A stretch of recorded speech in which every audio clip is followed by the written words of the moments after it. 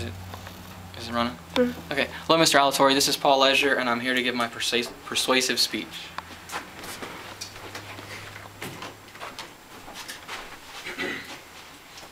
Hello, everyone. As you know, I'm Andrew Leisure, and today I'm here to talk about something that's very important topic to me.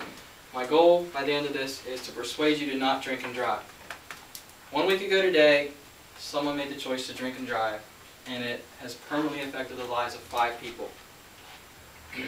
According to the Herald Mail on Saturday morning, Andrew Thomas Gallo of San Gabriel, California, was driving 65 miles per hour in a 35 mile per hour zone under the influence of alcohol when he ran a red light and he smashed into a vehicle with 4 people in it, killing 3 of them and critically injuring another.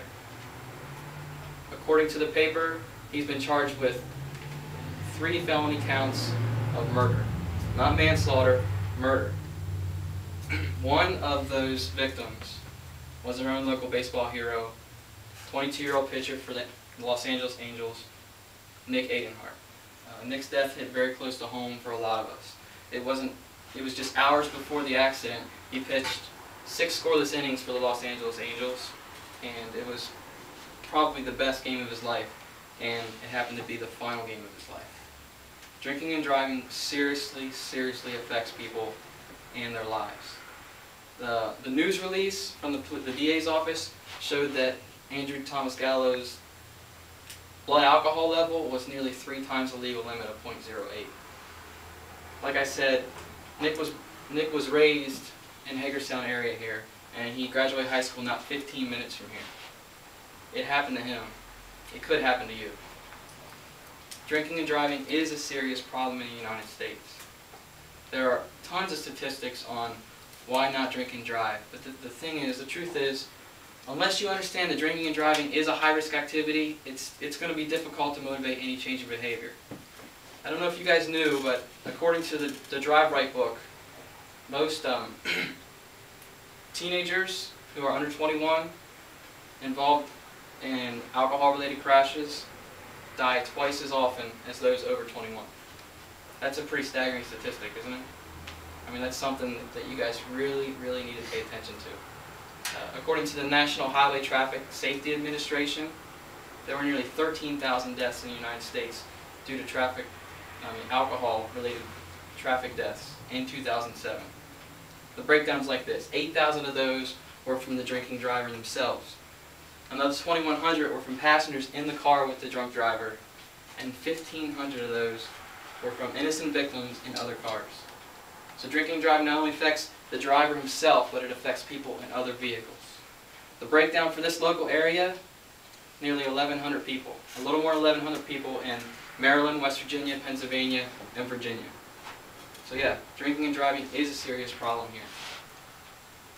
Now, you got to ask yourself, well, how can I avoid drinking and driving? How can I avoid becoming a statistic? There are a few different things you can do.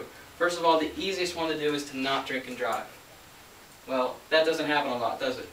Well, a lot of times the reason it doesn't happen is because people don't follow this simple phrase, think before you drink. So you need to plan ahead of time before you drink. Before you even go out to a party or before you go to the bar that night, you need to make sure you choose a designated driver. And if you're a group of people, try to choose a specific time that you're all going to meet for the end of the night so you don't leave anybody hanging and have them stuck driving by themselves looking for their own way home. Another thing you can do, not just the designated driver, is just call a cab. $10 or $20 cab ride. Big deal. $10 or $20 is worth a lot more than paying for a choice of drinking and driving with your life or someone else's. Another thing is you could walk or just stay put. You could stay where you're at. These are different solutions to avoid drinking and driving.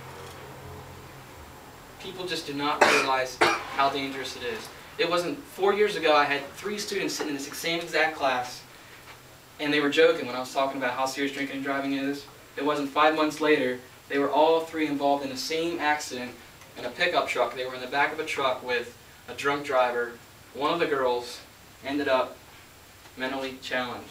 I drive by and see her every once in a while sitting on her porch. She can barely function. She sits there with a dead look on her face, just watching the cars go by. Drinking and driving is serious. Don't be a statistic. think before you drink. Thank you. Have a good evening.